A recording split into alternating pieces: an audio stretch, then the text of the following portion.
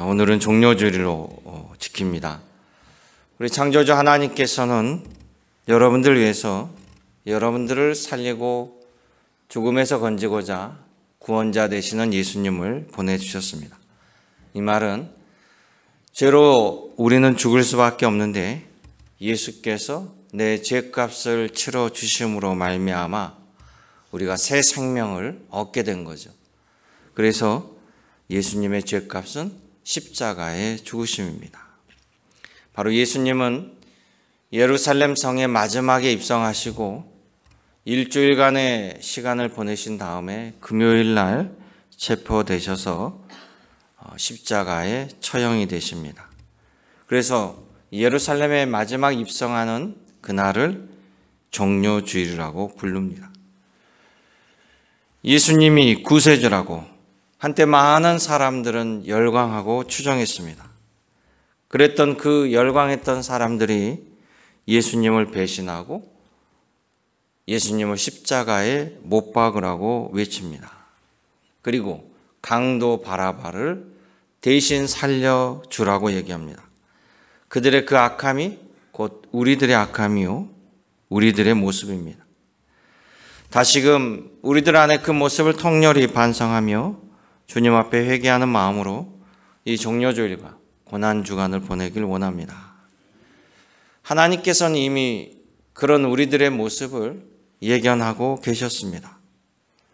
그럼에도 불구하고 어리석고 무지몽매하고 이기적인 우리들을 구원하시려고 예수님께서는 하나님의 말씀에 따라 하나님이 보내시고 예수님은 순종하셨습니다. 예수님이 이 땅에 육신으로 태어나시기 전 700년 전에 하나님의 말씀을 전한 미가 선지자는 하나님이 보내실 메시아 그리스도는 평화의 왕으로 베들레헴에서 탄생할 것이다 라고 예언했습니다. 또 이사야 선지자는 그 예수님에 대해서 이렇게 기록합니다. 그가 찔림은 우리의 허물이요 그가 상함은 우리의 죄악이라. 그가 징계를 받음으로 우리는 평화를 누리고 그가 채찍을 맞음으로 우리는 나음을 받았도다. 우리는 다 양 같아서 제 갈 길로 잘못 행하여 갔거늘 여호와 하나님께서는 우리의 모든 죄악을 예수님께 담당시키셨도다. 700년 전 이사야 선지자가 선포한 메시아의 모습입니다.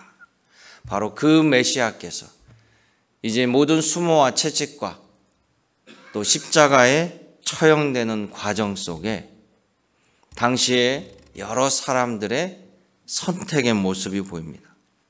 누구는 예수님을 고발하고 죽이고자 하는 강경한 선택을 하고요. 누구는 예수님께서 무죄라고 이야기하면서도 주저주저하며 그 십자가형을 내리는 선택을 하고요. 누구는 예수님께서 돌아가시자 목숨 걸고 커밍아웃하며 자기가 예수 그리스도의 제자로서의 삶을 살아가는 사람입니다. 과연 우리가 그 당시에 있었다라면 우리는 어떤 선택을 했을까요? 우리는 무엇일까요? 또 오늘을 살아가는 우리들에게 있어서 예수님에 대해서 어떤 선택을 할까요? 이 종료주일 날 위해 모든 것을 쏟아부으시는 예수 그리스도의 고난을 기억하며 우리의 마음을 다잡고 다시금 의로운 주의 자녀로 살아가는 시간 되시기를 주님의 이름으로 축원합니다. 그래서 오늘 본문 말씀은 요한복음 19장 전체를 통해서 다루겠는데요. 요한복음 19장 이 전체를 통해서 예수께서 빌라도 총독에게 사형을 언도당하는 사건, 또 예수님을 사형시키기 위해서 대제사장과 백성들이 빌라도를 강하게 압박하는 장면, 그리고 예수 그리스도의 십자가의 죽으심과 그 시신을 수습하여서 장사하는 장면이 담겨져 있습니다. 첫 번째 선택은 로마 제국의 통치를 대표했던 이 빌라도 총독의 선택입니다. 우리가 신약 성경을 보면 빌라도 총독도 나오고 헤롯 왕도 나오고 또 대제사장도 나오고 또 함께 모여서 회의하는 사내들인 공회도 나오고 조금 이해를 돕기 위해서 한번 지도로 보여드릴게요. 저 지도가 예수님 당시에 가나안 땅 이스라엘 지역의 모습입니다. 이 색깔별로 분리해 놓은 것은 예수님이 태어나실 때 헤롯 왕이 아기를 죽이라고 했던 사건을 다 아시죠? 그 헤롯 왕은요, 이제 헤롯 왕과 또 자녀들도 다 헤롯 왕이라고, 이 헤롯은 성이라고 생각하면 돼요. 그러다 보니까 구분하기 위해서 예수님 태어날 때 왕을 헤롯 대왕이라고 하는데요. 헤롯 대왕은 로마 제국에게 허락을 받고 저것을 통치하는 왕으로 세움을 받은 겁니다. 헤롯은요, 저기 보면 핑크색이라고 할까요? 사마리아, 유대, 이두메, 그리고 그 위에 있는 보라색, 갈릴리, 베레와, 그리고 녹색은 아니고 황토색 있죠. 그 땅이 헤롯 대왕이 통치하는 지역이었어요. 자치권을 허락받은 겁니다. 저 위에 있는 녹색은 시리아 총독이, 로마 제국이 직접 통치하는 시리아 총독 지역이었고, 밑에 있는 녹색 데가볼리는 자치구처럼 허락을 해준 거예요. 그랬던 것이 이 헤롯 대왕이 죽으면서, 성경에 보면 헤롯 대왕이 죽으면서 예수님이 이제 가나안 땅으로 들어오잖아요. 그때는 헤롯 대왕이 죽으면서 자기의 세 아들에게 땅을 나눠서 통치하게 왕을 3명을 세웁니다. 그래서 사마리아와 유대와 이두메, 이 지역은 헤롯의 아들 헤롯 아킬레오가 왕이 돼요. 그리고 예수님이 자랐던 갈릴리와 또 베레아라는 저 지역은 헤롯 안디바에게 네가 왕이 해라 라고 나눠주고, 그 다음에 저 고동색으로 있는 저 위쪽은 헤롯 필립에게 네가 왕이 돼 라고 나눠준 거예요. 그렇게 해서 세 지역이 다 헤롯 왕이에요. 그러니까 성경은 그거를 친절하게 기록하지 않았기 때문에 전부 헤롯이라고 읽게 된 거예요.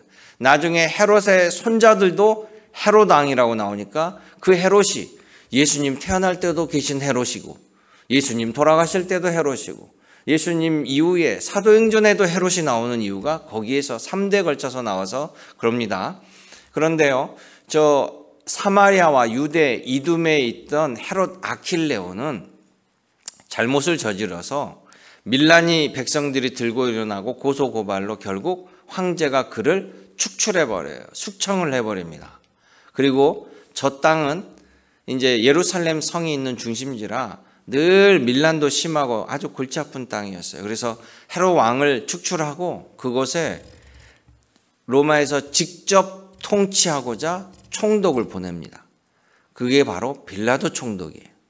제5대 빌라도 총독이 저곳에 오게 되는데, 빌라도 총독은 그 위에 있는 시리아 총독의 지휘 감독을 받는 총독이에요. 그런데 빌라도 총독이 와서 보니까 유대 백성들이 만만치 않아요. 그리고 여기가 종교가 특이해요. 그러다 보니까 빌라도 총독은 저 위에 있는 헤롯 안디바, 갈릴리 지역에 있는 왕 헤롯 안디바하고 교류를 하면서 같이 협조를 구하면서 통치를 해요. 그래서 예수님 나중에 체포될 때 뭐 헤롯 왕에게 보내고 헤롯 왕이 신문을 받고 다시 빌라도 총독에게 보내는 이 과정은 바로 저 예루살렘, 사마리아와 이스라엘 그리고 유대 땅의 왕이 아니고 갈릴리하고 베레아를 통치하는 이 헤롯 왕이에요. 서로 교류를 하죠. 이제 그래서 지금 저 땅은 예수님이 있는 예루살렘 중심 땅은 빌라도 총독이 관장한다라고 생각하면 돼요. 이스라엘은 결국에는 로마의 통치를 받는 속국이잖아요.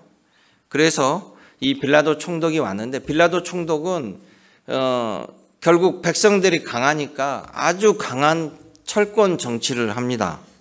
그래서 매우 잔인하게 진압을 하고 밀어붙이고, 그러다 보니까 유대인들이 빌라도에 대한 적대감이 매우 높죠.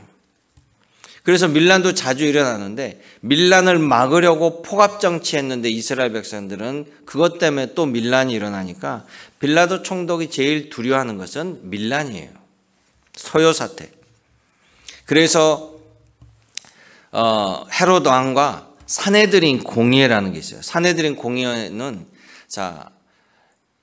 로마가 통치를 하지만 로마는 세금이나 정치 문제나 사형 제도는 강하게 붙잡고 있고 유대 민족을 지배하고 있는 종교적인 문제에 대해서는 권한을 산헤드린 공의회에 자치권을 부여했어요. 그래서 산헤드린 공의회에서 결정한 것은 그대로 웬만하면 수용을 해줍니다. 그러면 산헤드린 공의회가 뭐냐면 유대 사회를 지배하는 입법, 사법, 행정, 이 총괄 기구예요.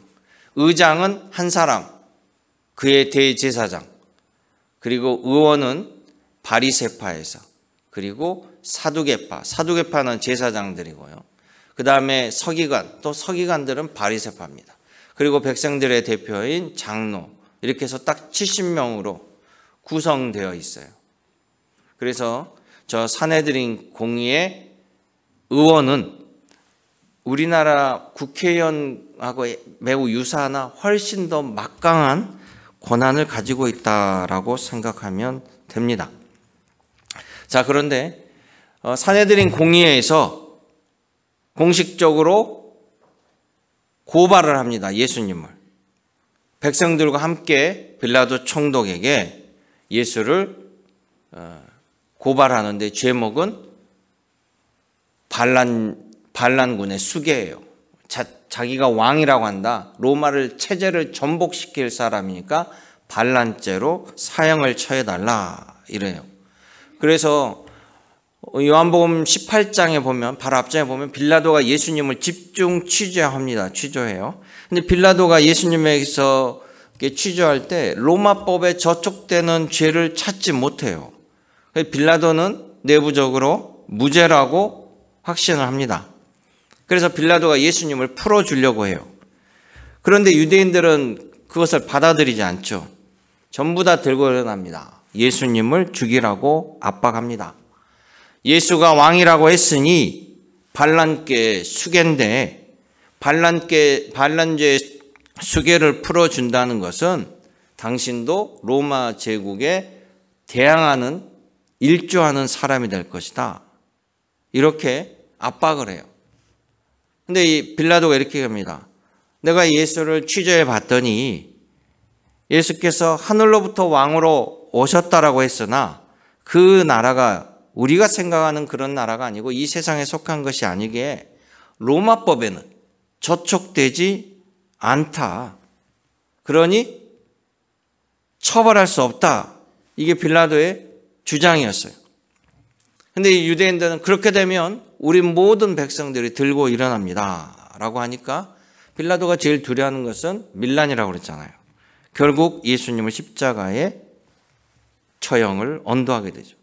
즉 빌라도는 자신의 권력을 지키기 위해서 정의와 진실이 필요 없습니다. 그리고 책임을 전가하는 데만 탁월한 모습이에요. 그러니까 어쩔 수 없이 떠밀려서 예수님을 십자가에 못 박으라고 허락을 해요.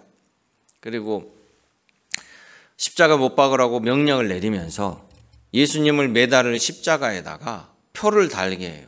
그 표가 뭐냐면 그 표에는 유대인의 왕 이렇게 박아가지고 예수님을 십자가에 처형합니다. 그러니까 또 유대인들이 난리가 났죠. 우리의 왕이 아니다. 자기 스스로 왕이라고 하니 저걸 떼던가 자칭 왕으로 하던가 라고 반발을 강력히 해요.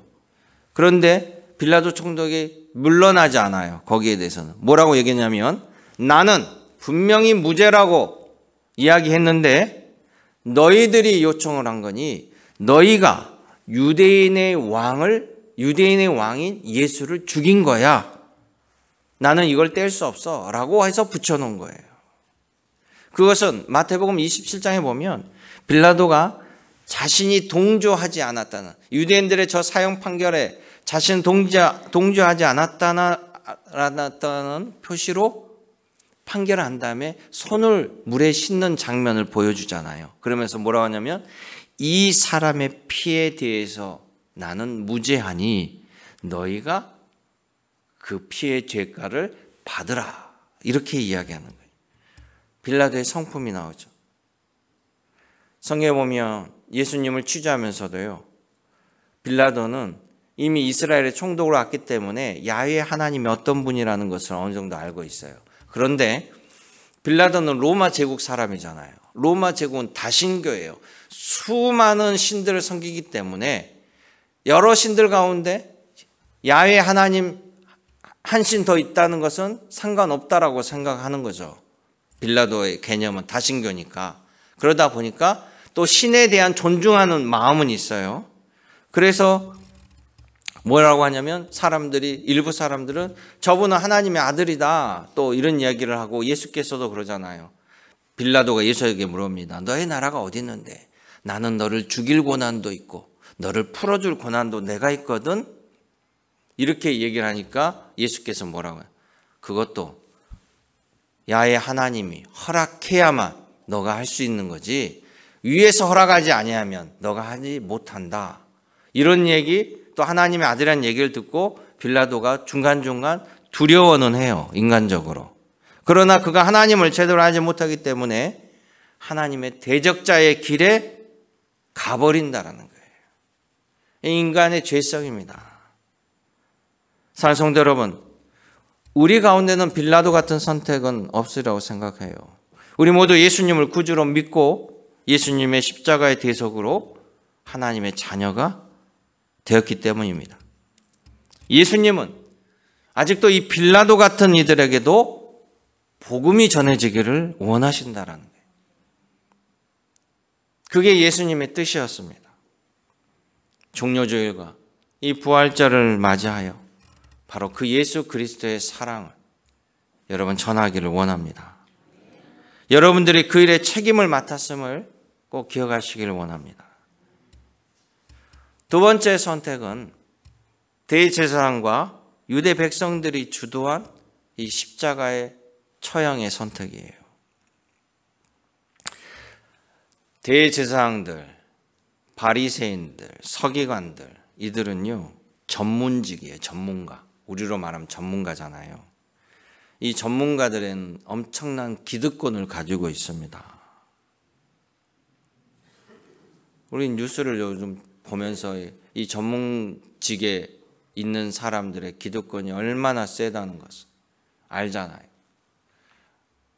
저렇게 하면 안 되는 걸 알면서도 또 내가 아플 거를 생각하면 걱정하고 두려워하는 거죠.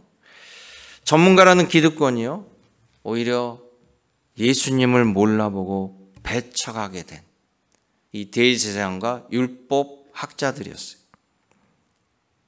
두 번째, 이 백성들은 뭘 대표하냐면 눈에 보이는 것, 내가 원하는 것을 메시아가 이루어주기를 바라는 왜곡된 마음을 가진 유대 백성들이 예수님을 십자가에 못 박은 겁니다. 늘 성경을 보면서 많은 사람들이 의문이 들 거예요. 왜 성경을 누구보다도 연구한다는 율법 학자들이 백성들에게 스승이라고 불리고 하나님 말씀을 가르친다는 바리새인들과 서기관들이 또 하나님께 제사를 드리면서 하나님의 말씀을 받아서 전한 이 제사장들이 합심하여서 기다리고 기다리던 메시아를 예수님으로 알지도 못하고 받아들이지도 못하고 못 죽여서 안다는 할까? 그들이 먼저 예수님을 알아봐야 되는 거 아닌가? 그렇지 않겠어요? 그러니까 이 바로 전문직을 가진 사람들의 오만이랄까? 자신들의 절대 잘못할 수 있다는 여지를 생각하지 아니하고 자신들의 주장이, 자신들의 해석이 전적으로 옳다라고 확신에 빠지면 이런 결과를 일으키게 된다는 거예요. 성경 말씀이나 율법을 해석한 서기관들이 우리가 오라라고 했을 때 누가 아니라고 반박하겠어요? 하나님의 아들 예수께서 오셔서 이들과 논쟁을 합니다. 바리새인들이 먼저 질문을 하면서 논쟁을 하니까 예수님이 답변을 하죠. 그러면서 예수님이 뭐라고 그래요? 너희는 하나님의 말씀을 오해하였도다. 이렇게 가르칩니다. 그러면서 너희가 성경이, 율법이 너에게 영생을 얻을 줄, 영생을 줄 줄 알고 성경을 연구하거니와 이 성경은 내게 대하여 증언하는 것이니라. 할렐루야. 그래서 구약은 뭡니까? 구약의 율법은요, 우리가 죄인이라는 것을 보여주는 거예요. 십계명, 단순하지만 십계명을 다 완벽하게 지킬 수 있는 사람은 없다라는 걸 보여주는 거고, 그래서 구약은 우리가 죄인임을 스스로 깨닫게 하고, 나의 죄를 내 스스로, 내가 바다에 빠졌는데 내가 나를 건질 수 없잖아요. 나를 건질 구세주가 오신다라는 것을 구약이 알려주신 거고, 신약은 그 오신 예수께서 우리를 이렇게 건지시고 구원하시고 우리가 어떻게 살아야 되는가를 가르쳐주는 게 신약이라는 거예요. 그런데 이 바리새파들에게, 구약을 율법을 연구하는 그들에게, 야, 구약은 나에 대해서, 올 나에 대해서 증언하는 거야 라고 얘기하는데 이들이 귀에 들리겠냔 말이에요. 당신이 뭔데? 갈릴리 촌동네 나사렛 출신이 뭘 우리를 가르치려고 해? 우리가 전문가인데. 전문가의 아집이죠. 전통이 오래된 교회도 이런 모습이 있어요. 오래된 신앙을 가진 사람들이 복음을 따르기보다는, 복음의 핵심보다는 형식에 치우칠 때도 많이 있어요. 그래서 우리는 늘 틀릴 수 있다는 거예요. 왜? 내가 하나님이 아니고 내가 예수님이 아니잖아요. 신중함과 겸손함을 가져야 됩니다. 늘 신앙은 점검해야 돼요. 바리새인들은 나사로가 죽다 살아난 것을 알고 봤습니다. 그리고 이 나사로가 살아남으로 많은 사람들에게 예수 그리스도가 증거가 되니까 그걸 보고 그들도 이분이 하나님이 보내신 메시아가 아닐까라고 여기는 게 아니라 어떻게 했어요? 나사로를 죽여 없애버리고자 결의했어요. 죽다 살아난 나사로가 뭔 잘못을 했나요? 무슨 율법을 어겼나요? 그런데 그가 예수 그리스도를 증거하는 증거인이 된다고 해서 율법학자들이 그를 죽이고자 했다는 것은 누가 봐도 율법학자로서 옳지 않은 행동이라는 사실이에요. 그런데요, 어리석은 자들은 자신들이 옳다라는 걸 주장하기 위해서 더욱 악해지는 거예요. 그래서 예수님을 십자가로 몰고 가는 거예요. 계속해서. 여러분, 우리도 신앙이 편협하거나 아집으로 하나님을 대적하지 않도록 늘 기도하고 점검하고 선악간에 분별해야 될 줄로 믿습니다. 그래서 예수님이 율법학자들을 이렇게 말해요.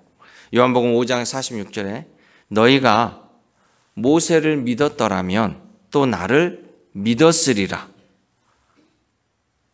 바리새인들은 모세를 믿는 사람, 여기서 모세는 율법이에요. 구약의 율법. 너희가 바리새인들에게, 율법학자들에게 하는 말입니다. 너희가 모세를 믿었더라면 나를 믿었을 것이다. 모세가 내게 대하여 기록하였음이라. 그러나 그의 글도 믿지 아니하거늘 어찌 내 말을 믿겠느냐 하시느니라. 아멘.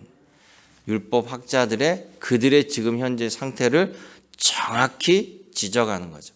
너희는 율법에 대한 제대로 된 이해와 믿음이 없다라는 사실이에요. 또한 이들에게 동조한 백성들이 있죠. 종려주일이라는 의미에서 이 종려는 종려나무 가지예요. 종려나무 가지. 왜 종려주일이냐? 예수님이 예루살렘에 입성하실 때 백성들이 종려가지를 흔들고 환영하는 환영 인사였어요. 다윗의 자손 예수여, 우리의 구세주 예수여, 어서 오시옵소서라고 흔들고 환영했기 때문에 그것을 종려주일이라고 하는데, 그 백성들이 완전히 180도 돌변해서 예수를 십자가에 못 박아 죽여라, 이렇게 바뀐 거죠. 왜 그랬는가? 이들의 기준은 결국 율법과 하나님 말씀이 아니었어요. 동조했던 백성들, 바리새인과 사두개인들에게 동조했던 저들을 보면 하나님 말씀을 듣지 않고 있었습니다. 왜냐하면 하나님의 백성의 기준은 하나님 말씀이에요.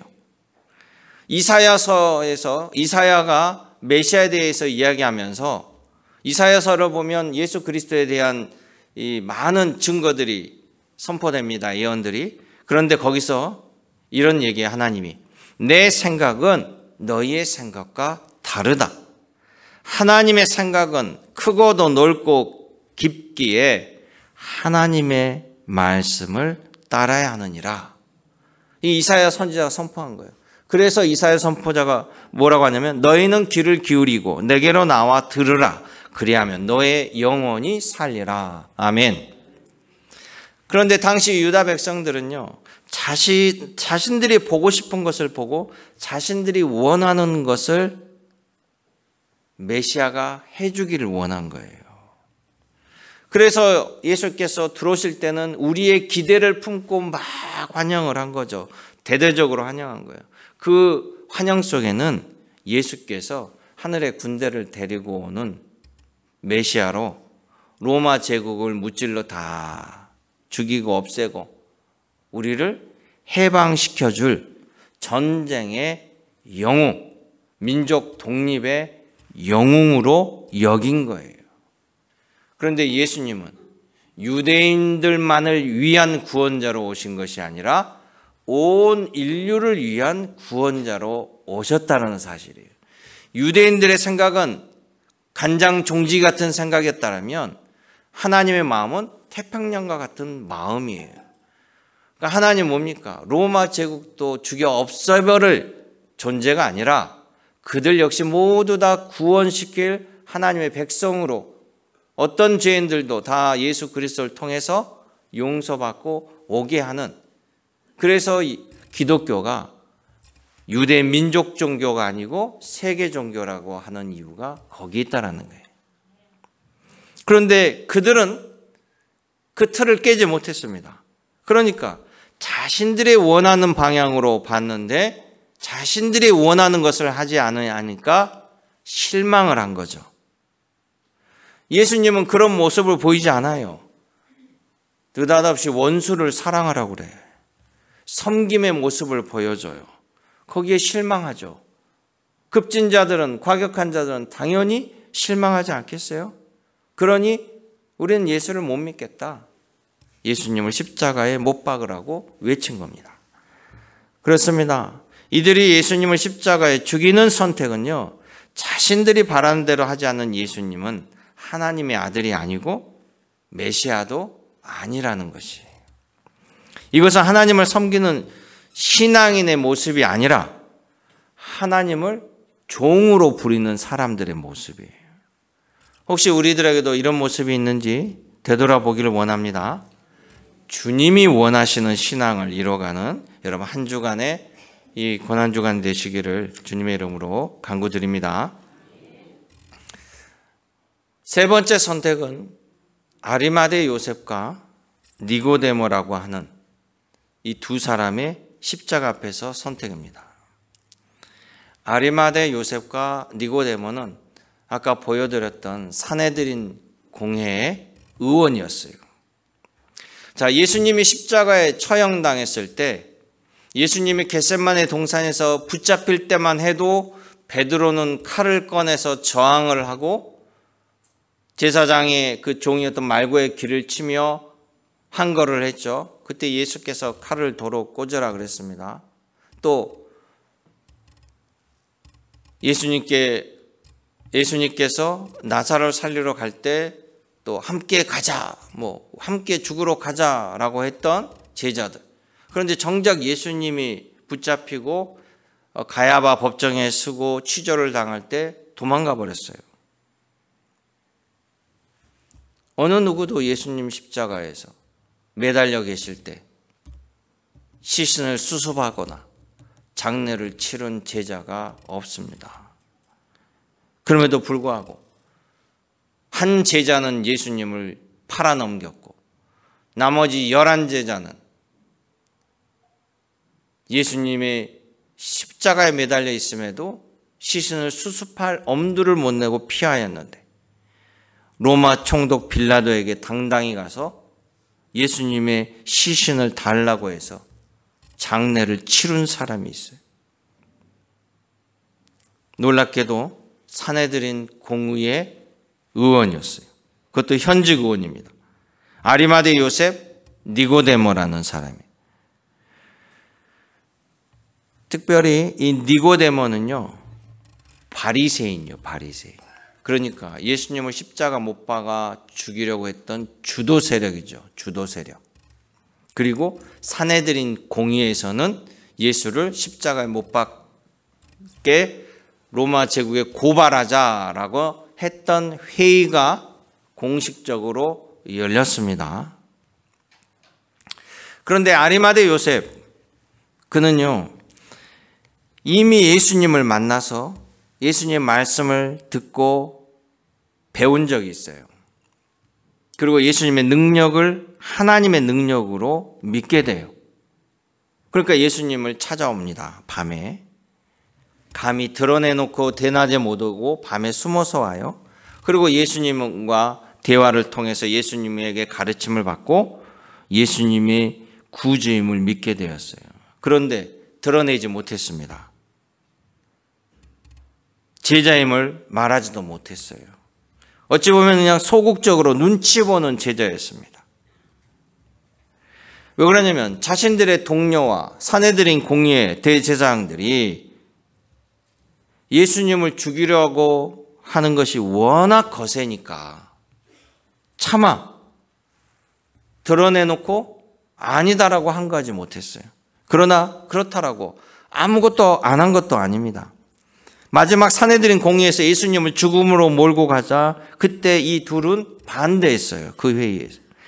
빌라도 총독은 그런데 신속하게 예수님을 십자가에 처형해 버립니다. 예수님의 제자들 도망가고 모두가 무서워 벌벌 떨 때 유대인들은 예수님의 십자가에 못 박으라고 했던 유대인들은 거기에 그치지 않고 예수님이 죽자마자 빨리 이제 안식일이 토요일이 돌아오는데 우리 율법에는 안식일에 시신을 매달아 놓은 법은 없다. 당장 치워달라. 또 로마 빌라도 총독을 압박을 하는 거예요. 그때 이 둘이 나선 겁니다. 아리마대 요셉이 나서고 니고데모가 나섭니다. 자신들이 이제 예수님의 죽음 앞에서 당당히 예수님의 제자임을 드러내는 거예요. 믿음이 성장하죠? 여러분, 예수 그리스도의 제자들이 180도 바뀐, 그 전에는 도망해버리고 실망을 줬던 예수님의 제자들이 예수님의 위대한 제자로 바뀐 계기가 예수님의 부활 이후예요. 예수님 십자가에 돌아가시다 다 숨고 돌아가고 고향으로 낙향하고 그랬잖아요. 그런데 예수님이 부활하고 제자들이 만날 때 제자들은 처음에 엄청 두려워합니다. 그런데 예수님께서 그들을 용서하시고 밥을 먹이시고 내 양을 치라 내 양을 먹이라 그를 따독거려 주시고 다시 사명을 줘요. 살아나신 예수님을 경험하고 그들은 180도 바뀌고 이제 죽음도 불사하는, 그래서 다 순교하는 제자들로 바뀌는데, 아리마대 요셉과 니고데모는요, 예수님이 부활하시기 전 이미 십자가에 돌아가신 상태에서 자신들이 예수님의 제자라고 알리면서 예수님의 시신을 달라고 장례를 치른 거예요. 놀랍지 않으세요? 아리마대 요셉, 그 요셉이란 이름 자주 나오죠. 이 요셉이란 이름 자체가 꼭 예비된 사람 같아요. 왜냐하면 여러분, 예수님이 태어날 때 계신 분이 누굽니까? 아버지 요셉이죠. 그 다음에 예수님 마지막을 시신을 장례한 사람이 누구예요? 요셉이에요. 요셉, 아리마대 요셉. 그런데 여러분, 예수님께서 우리의 모든 죄를 감당하고 모욕을 당하고 순환을 당했으나 다 용서하고 살려주는 이 대속의 모습을 구약에서 미리 보여준 사람이 있어요. 예수님의 모델이다라고 하는 사람, 바로 야곱의 아들 요셉입니다. 거기도 이름이 요셉이죠. 자신을 팔아넘긴 형제들을 나중에 다 거둬들이고 다 용서하고 보복하지 아니하고 하나님이 나에게 은혜를 주셨습니다. 그래서 형제들이 눈물을 대성통곡하잖아요. 또 다른 산헤드린 공의원 니고데모는 오늘 성경 말씀을 보면 이 아리마대가 요청을 해서 온 예수님의 시신에 모략, 침략, 백근을 가지고 이게 상당한 값어치래요. 이거를 가지고 아리마대 요셉과 함께 유대인의 장례법대로 그 향품과 함께 예수를 염하여 세마포를 입혀드렸습니다. 이 두 사람이 한 거예요. 이들의 믿음은 처음은 미약하고 나약했으나 예수님의 십자가의 대속을 보고 바뀐 거예요. 결단한 겁니다. 죽으면 죽으리라 믿음으로 주님을 위해 헌신하는 사람으로 바뀌게 됩니다. 주님이 나를 위해 죽었으니 주님 때문에 새 삶을 살게 된 나는 당연히 주님을 위해 죽을 수밖에 없습니다. 이런 고백이에요. 이것이 하나님의 자녀의 길이요 주님의 복을 받을 길임을 믿습니다. 주 예수를 믿으라. 그리하면 너와 내 집이 구원을 받으리라. 내가 곧 길이요 진리요 생명이 나를 맘지 않고는 아버지께로 올 자가 없느니라. 사랑하는 성도 여러분, 이 말씀은 영원한 진리의 말씀입니다. 십자가의 고난을 받으시러 예루살렘에 입성하신 예수님을 유대인들은 자신들이 원하는 소원을 풀어줄 메시아로 예수님을 맞이하였던 종료주일이었습니다. 그러나 자신들이 원하는 뜻과 맞지 않자 예수님을 십자가에 못 박으라고 해버렸습니다. 여러분들은 십자가 앞에서 유대 백성들의 선택, 빌라도의 선택, 그리고 요셉과 니고데모의 선택 중에 어떤 선택을 위해 살아가시겠습니까? 기도하겠습니다. 은혜롭고 자비로우신 아버지 하나님, 날 위해 모든 것을 버리시고 죄 많은 저희들을 구원하여 주셔서 의의 자녀로, 생명의 자녀로 인도하여 주심을 감사드립니다. 우리가 병에 걸려 죽을 처지에 됐다가 살아날 때 그 충격과 감사를 잊지 못합니다. 그러나 우리의 영혼이 죽다가 살아나는 대속의 이 은혜를 우리는 늘 간구합니다. 아버지 하나님, 내 영혼이 구원받는 이 놀라운 역사를 기억하고 아버지 하나님의 은혜 또 예수 그리스도의 헌신의 섬김에 늘 헌신하며 충성하며 주님이 날 위해 베푸신 능력을 통해서 하나님의 역사가 이루어짐을 늘 감사하며 감격하며 나아가는 주의 자녀로 인도하여 주시옵소서. 언제나 함께 하신 예수님의 이름으로 기도드리옵나이다. 아멘.